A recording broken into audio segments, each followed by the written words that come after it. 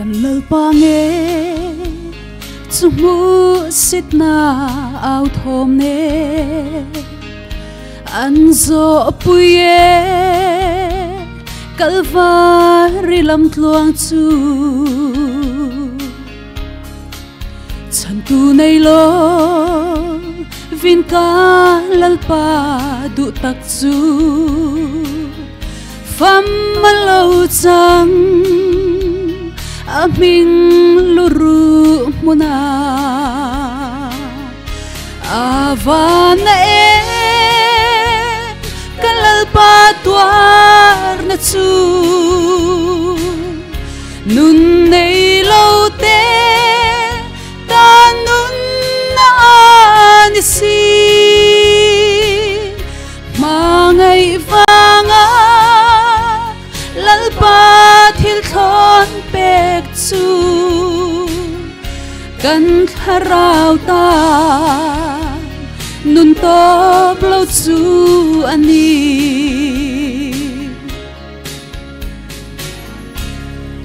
swal chum pui ten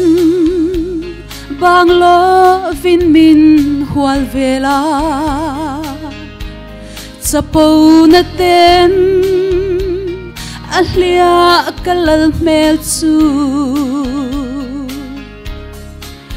ma se trong trai thil ti theina awang chwa alo lang chi kalal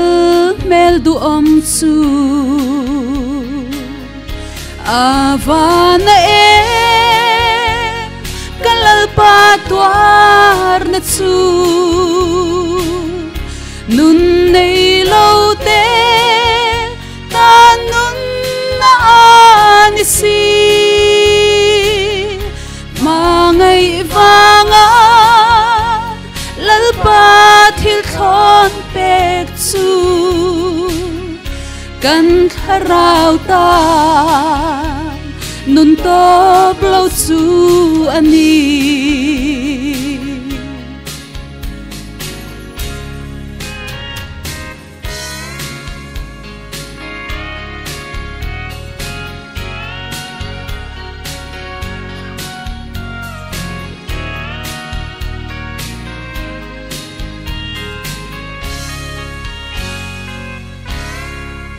swal kong zo in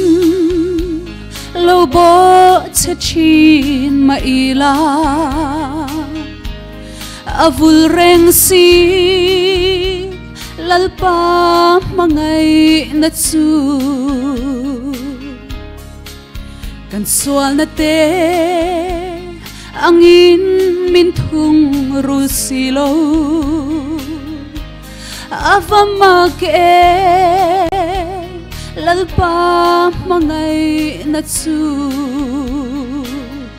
avana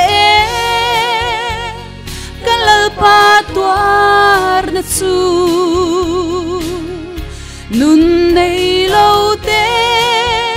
ta nun na ani si mangai vanga lalpa thil thon pek chu kan tharau ta nun top lo chu ani kan tharau ta nun top lo chu ani